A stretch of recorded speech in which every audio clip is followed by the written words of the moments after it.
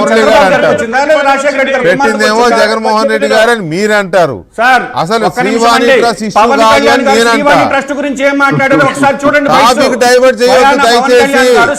కాదండి, శ్రీవాణి ట్రస్ట్ పెట్టింది జగన్మోహన్ రెడ్డి గారు అని మీరు అంటారు, పెట్టింది చంద్రబాబు నాయుడు గారని మురళి గారు అంటారు.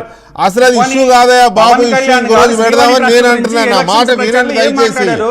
రాజశేఖర్ రెడ్డి పేరు ఇంకో పేరు చెప్పుకుని ఎంతో కాలం రాజకీయాలు చేయలేరండి. అదొక జమానా, అది నడిచింది, అది వేరు. నేను మాట్లాడుతున్నది ఇప్పుడు ఆలయాల ప్రతిపాదన మీద ఎందుకు అంత విషం చిమ్మే విధంగా మాట్లాడారు.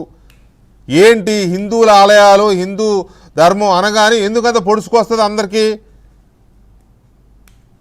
What is the reason behind that? చెప్తున్నా, తిరుమల లడ్డు విషయంలో కూడా హిందువుల మనోభావాలు దెబ్బతినకూడదు, దీని మీద సిబిఐ ఎంక్వైరీ ఏమని గవర్నర్ దగ్గరికి వెళ్ళాం.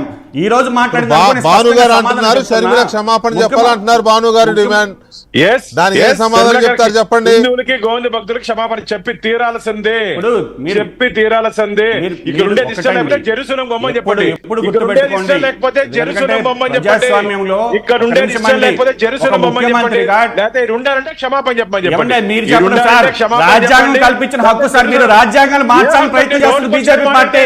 ఈరోజు కాంగ్రెస్ చూస్తే భయపడుతుంది బీజేపీ పార్టీ. మీరు రాజ్యాంగం కల్పించిన హక్కుల్ని ఈ రోజు కాలు రాస్తుంది బీజేపీ పార్టీ. ఏం మాట్లాడలేదు సార్,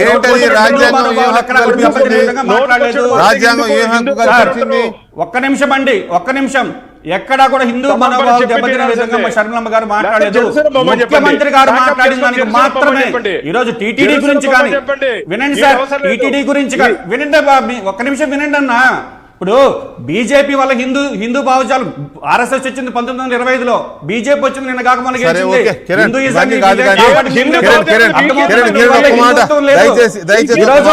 అన్ని మతాలు అన్ని కులాలు గౌరవించి కాంగ్రెస్ పార్టీ.